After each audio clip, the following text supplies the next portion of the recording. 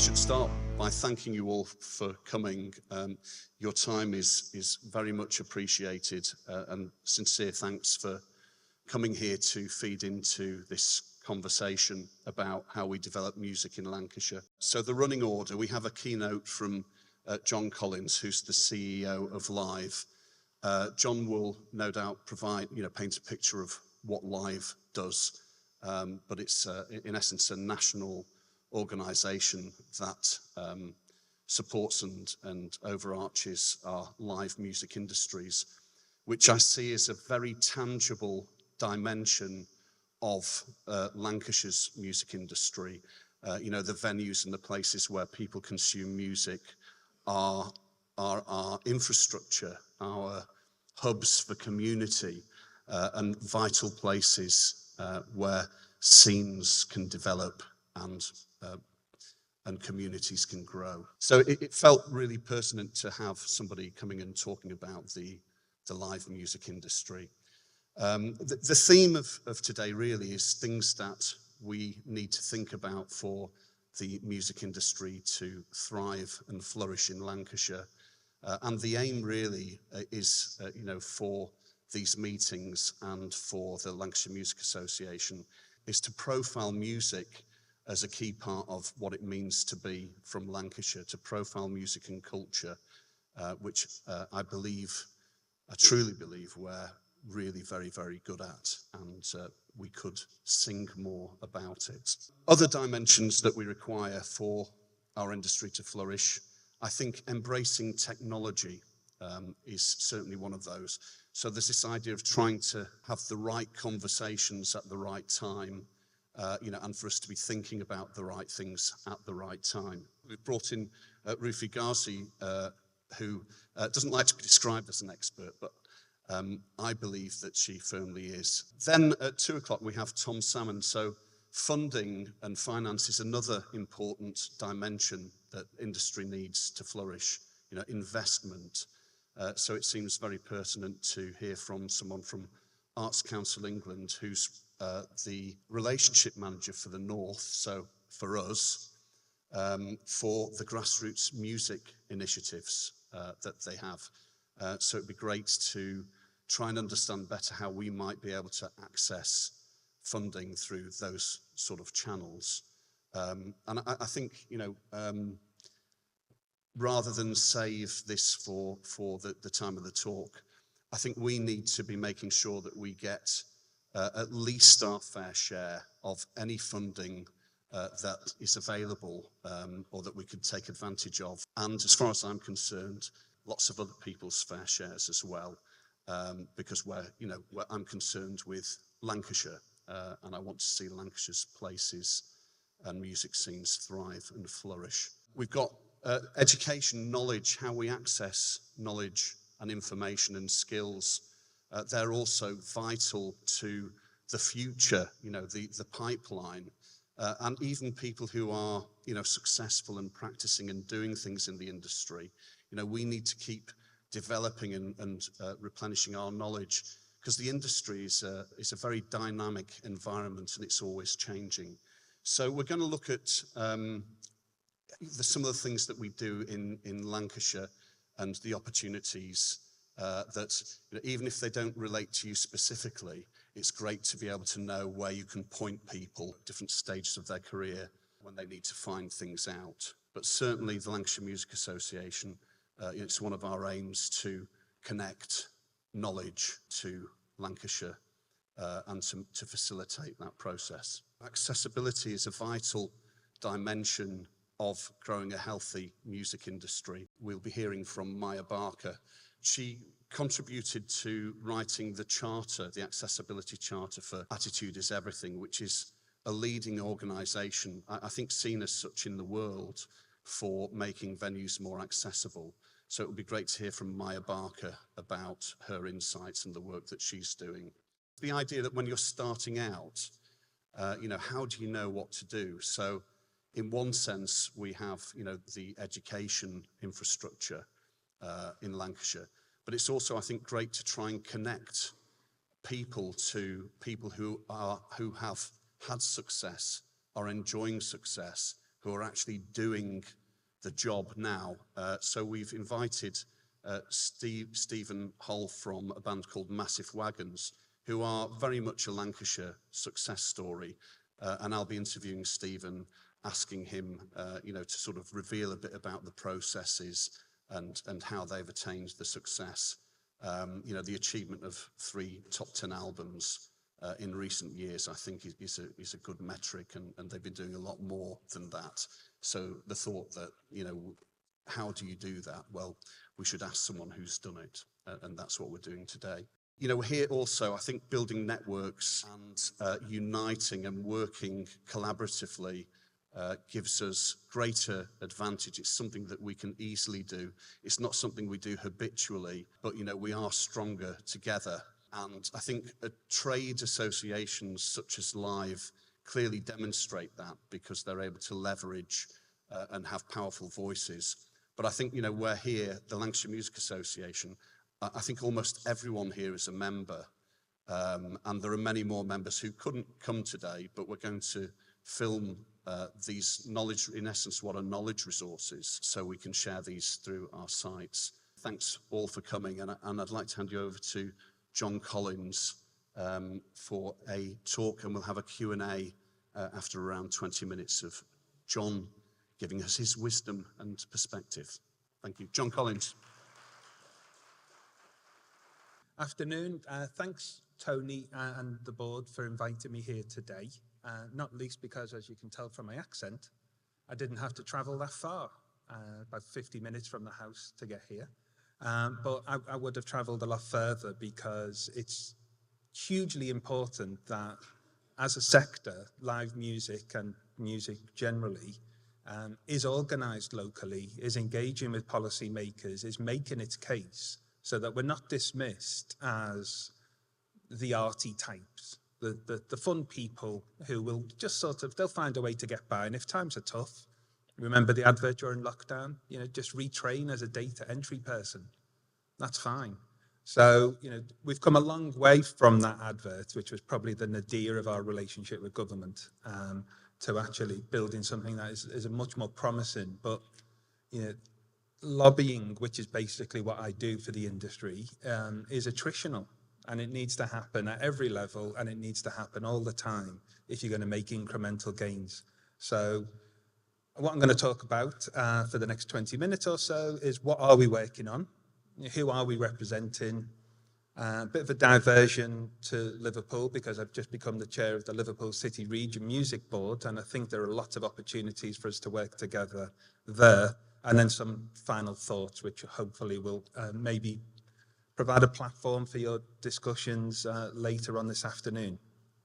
So first of all, some numbers. The UK live music sector is smashing all records while also being completely in crisis. And that's been the case post-lockdown. The bigger the artist, the bigger the venue, the bigger the ticket price, the faster it sells.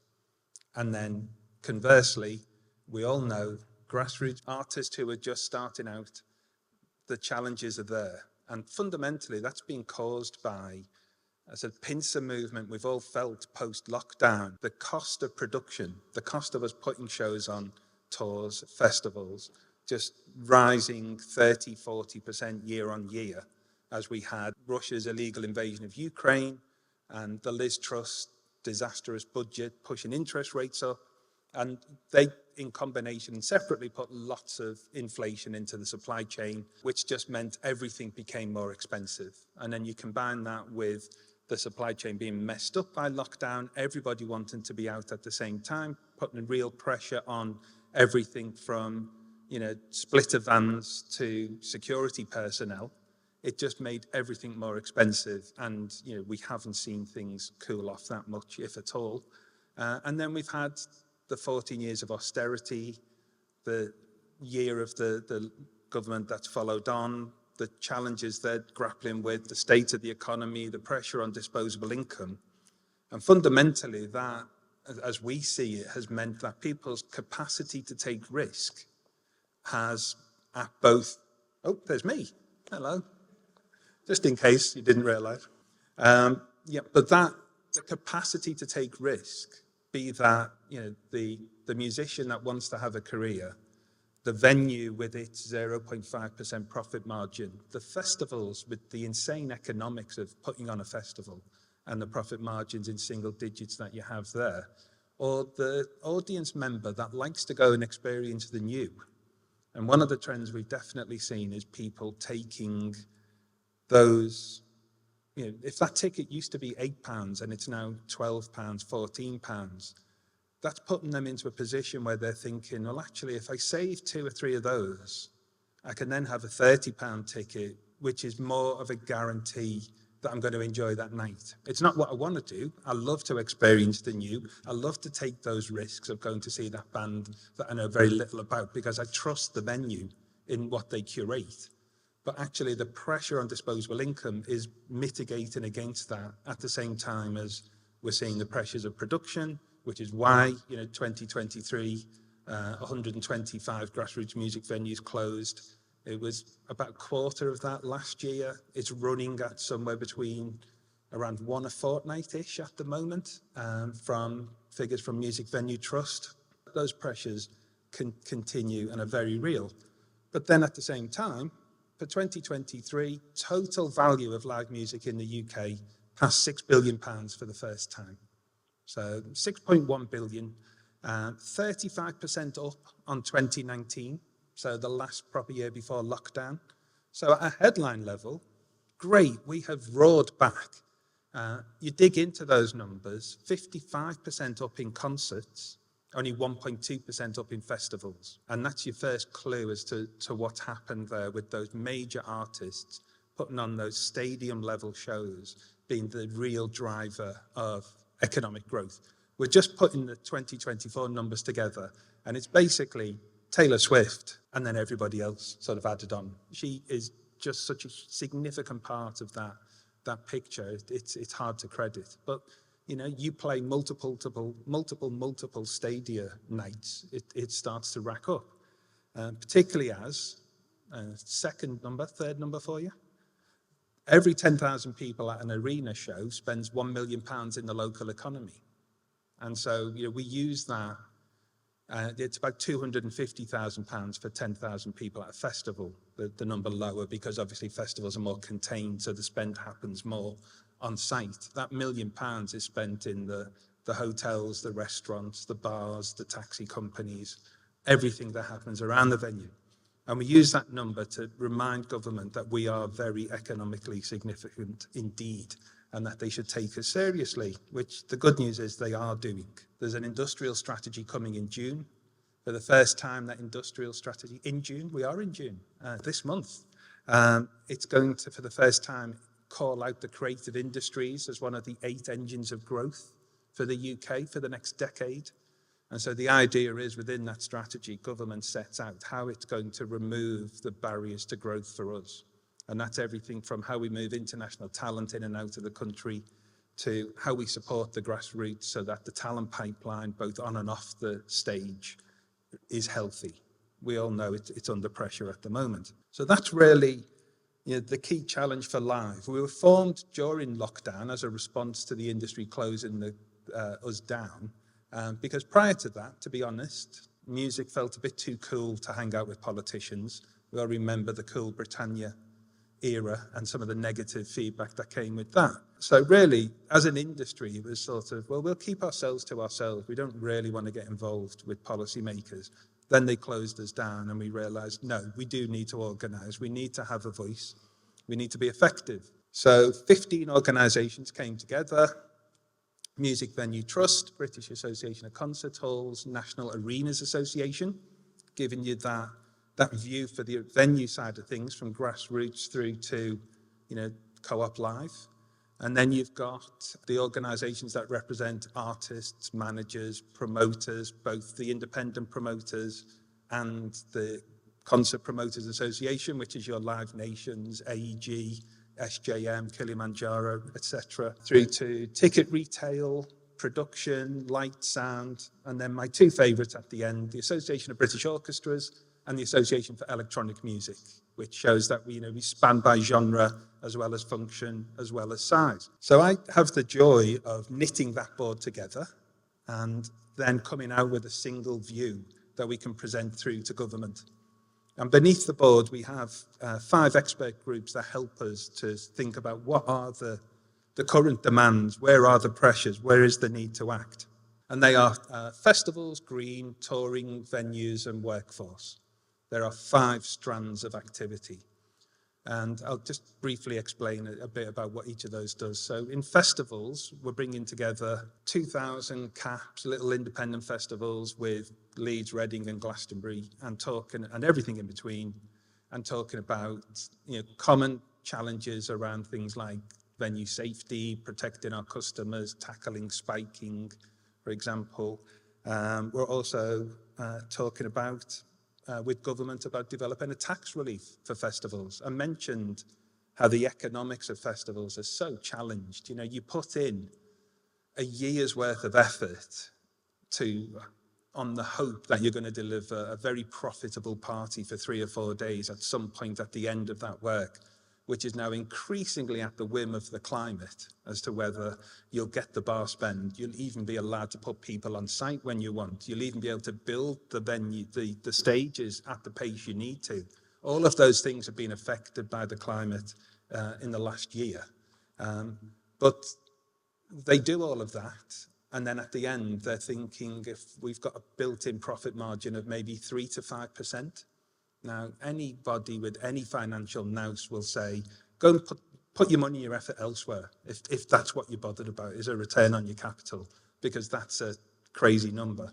But actually, they do it because, like everybody in this sector, they're passionate about music, they love that experience.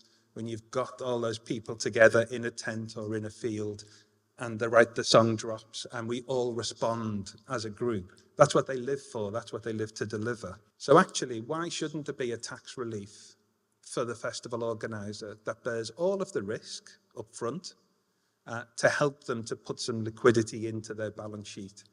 There's lots of tax reliefs for other parts of the creative industries. We're having a conversation now with government about can we create one for festivals, and that was at their instigation. So I'm optimistic that that could turn into something. Something else we do at live festivals is give a platform to our experts. So I know we're going to hear from Maya.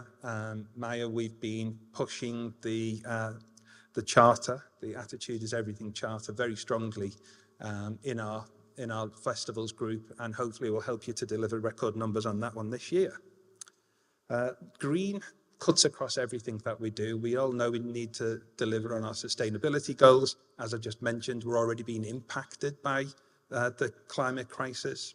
So within our Live Green group, we bring together those venues, festivals, artists, managers, promoters, agents, and we talk about what can we do together to reduce our emissions. And that can be commissioning our own research, for example, on what's the best reusable cup to use at your venue, which I thought was going to be quite a simple thing to answer and disappeared down a rabbit hole for 18 months. Came out the other side, though, with something workable, so that's available on our website. But then we also work with A Greener Future on their work on low-emission festivals and how we wean ourselves away from diesel generators and have increased grid connectivity and battery usage. And we've also developed a series of clauses that we've given to agents to put into artists' contracts to bring sustainability from being something you may consider in your rider to actually something that's much more central to the conversation. So how do we, make sure there's no single-use plastic? How do we have expectations of the venue? How do we ensure that the tour bus engine isn't idling outside the venue? Lots of sort of practical steps that can be applied. The clauses make it more central to the conversation. Our live touring group is another area where we're working very hard with government at the moment to basically unpick the mess from Brexit and the fact that that has created such a barrier, particularly for artists who don't have the finances to employ the talent and resource to overcome bureaucracy now that there is around touring, the carnets, cabotage, 91 80-day Schengen restrictions about how much time we can all spend in the Schengen area. This government recognises that needs to change because that contributed to about 74% drop in the number of tours, dates that were happening in the EU post-Brexit. only about a 20% drop in value, which shows that the bigger artists were still getting out there. It was the smaller artists that were suffering the most. But we've worked with government. They made a manifesto commitment to sort this out. You may have seen there was a UK-EU summit on May the 19th. They talked at that summit and in the official papers that came out afterwards about working together to support the creative industries. And we know that beneath that what they're looking at are a series of proposals we've been working on how we make it easier for our people to get into Europe, our merch, our kit, etc. So we're hopeful that that's going to work. There's also issues though bringing people in. If you've got any promoters here, you might be aware that the new ETA that we've introduced, which is the UK equivalent of the ESTA, means that everybody coming into the country now needs to pay their £16 and declare that they have no criminal convictions, which is not, people were supposed to do that previously, but didn't. What that means in practice is you've got artists that have come in and toured here successfully many, many times, sat on the sofa laughing with Graham Norton, who are now not able technically to come in on an ETA and therefore have to apply for a visa. The last government changed the latitude around the visa for officials, so they now have to see it very much as a black and white thing, which means you then have to go to an appeal. There's no time scale for an appeal, which creates huge uncertainty. Now, you can't apply for your ETA until at most 3 months out from when you want to come into the country. That show has probably been on sale for 6 months, 9 months before we even get to that point. That, as a risk for promoters, is ridiculous. Government wants us to deliver economic growth, so one of our asks of them is, let's make this system fit for purpose. We're not asking you to change the rules on how people get in, but let's have a process which allows us in good time to understand that they can come in, so we can make those multi-million-pound investments in bringing them into the country to delight tens of, if not hundreds of thousands of people. Our live venues group is there to really think about the bricks and mortar, the challenges of operating. You may be aware of Martin's Law, which came about after the tragic events outside Manchester Arena, the Ariana Grande concert. That is going to have an impact. It won't have any impact until the middle of 2027 at the earliest, because that's when the government have said it's the earliest point it's going to come in. We're working with them on the guidance to try and ensure that the requirements of that law align with what we already have to do in terms of our complying with our licenses and our operational practices, so that it's something that is sympathetic to how we trade and doesn't jar or conflict. And then live workforce is our people strand, and that's where we work with organisations like Attitude is Everything, PIPA, which is Parents and Carers in the Performing Arts, CISA, which is the new Creative Industries Independent Standards Authority, to look at how do we shape ourselves as an industry? How can we look at ourselves and go, we are the most welcoming, supportive industry we can be, so that there are opportunities for people from all walks of life, all parts of our communities, and once people are in, that we give them opportunities to develop those careers and have the most fulfilling career they can. There's lots more information on all of those groups on our website, livemusic.biz, and you'll also find an archive of live talks there, which cover a lot of the topics that I've just mentioned. The biggest single thing we're doing at the moment, and as a direct response to the grassroots crisis, is we've developed the Live Trust, which launched in January. It's our charitable arm, and the idea is that with the trust, any show in the UK of 5,000 capacity or more, that tour pledges £1 from each ticket to come to us, to then be given out to programs in support of grassroots artists, venues, promoters and festivals. And we only launched in January. We've just passed 800,000 in pledged tickets. The first show that carries the pledge is happening in Glasgow later this week, when Pulp take the stage. And it's been wonderful to see an eclectic mix of artists, from Pulp to Diana Ross, Mumford & Sons to Lynyrd Skynyrd, saying, yeah, we'll do this. And actually, we've got to 800,000 very quickly. We're talking with some stadia-level artists for next summer that would really start to multiply that up. And I'm hoping that we're going to have, in the realms of £5 million to give out next year in support of venues, artists, promoters, festivals. So that's exciting, but that's building a whole other sort of structure alongside what we do as live. We're doing loads in Liverpool. You can read about that on the website. I'll just wrap up by saying I think events like this really are important, and organisations like the LMA are the front line to all of those issues I've just talked about and finding solutions to all of those issues. I was asked, what does the scene look like in Lancashire going forward? Well, I'd say it's in your hands to decide that. Absolutely in your hands. So, what I've seen for Live, what we've been doing in Liverpool is organising, coming together, giving people networking opportunities, but then crucially identifying, what do we want to tackle? What are our priorities? Is it night buses? Is it opportunities for people from lower socioeconomic backgrounds? Okay, let's evidence what we need. What can we do? What do we need policymakers to do? And then we can go straight to Steve Rotherham to talk about how we make those things happen. So I would say talk, get your message right, and then act. Thank you. Thank you. Jon Collins. Okay, we're not letting him go. We're not letting him off the hook that easily.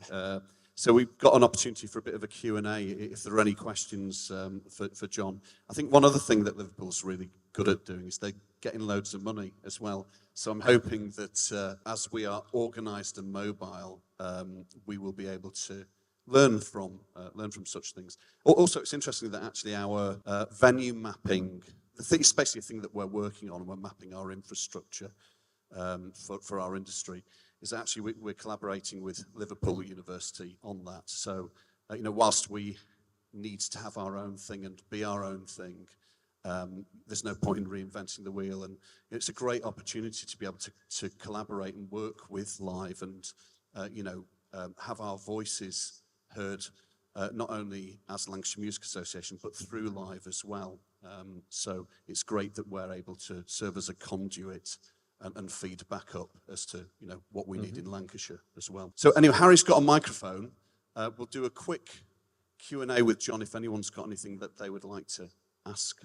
Hi, Jon. Thank you very much for that talk. Just a quick question on the headline stuff that you mentioned right at the beginning, and those figures. It'd be interesting to know if you had figures that didn't include the stadium top headline acts that you talked about, and then compared that with the fact that we've got some growth there, but that did include them. Is it going the other way if you take those out of the picture? Is it declining, or what's the real picture there? Yeah, we had quite a long debate about whether we should segment the numbers for concerts and festivals, and ultimately it was decided not to because people felt it was contentious, and it's really interesting as a lobbyist. When you're trying to move government on something, you've got to demonstrate to them that there's a real issue here that needs fixing. This is on fire. It's a very big fire. You need to sort it out. But actually, when you've got people in the industry who are doing well and reporting record numbers, they're like, don't talk down the industry because that'll stop people buying tickets. So you have a balancing sort of act that you need to play. So we didn't break that out. I'm sure you're right. It would show that, well, if you take Grassroots alone, the fact that about 1/8 of their stock has closed tells you those numbers have to be in the negative. I think MVT probably break that out quite nicely in their own report each year, actually. Yeah. Thank you. No worries. I have a question about these grassroots venues. And you mentioned that they are in a difficult situation, which we know anyway. And my question is, well, maybe I have two questions which are connected with each other, because I believe that still some are quite successful. So I wonder if you first have a recipe for a successful grassroots venue and are able to promote it. And the second question is that, what is, you think, the right number of different venues in Britain? Did you make any kind of like research about it? Because sometimes, places close because there are really too many of them. We know, for example, about restaurants when the when the tastes change and so on. So these are the questions. Thank you. Yeah, no, I think it's a great couple of questions. I think, normally if a sector is struggling, it's because they've got a product that nobody wants or there's oversupply. And that isn't really the case when it comes to grassroots venues. We know people want to go, and we know that the number has fallen, not from some sort of historic overexpansion, but just actually the drivers have been, from 1994 to 2024, there was a halving in the number of tour dates of a typical tour in the UK. So in my view, the fundamental issue for venues is that they've been starved of product because people don't think they can make money taking their show to that venue in a secondary town, a tertiary town. So actually, the way to secure the future of the venue, it's not often about, well, if the venue just did this differently or did that differently. Yeah, there will always be sort of best practice you can share.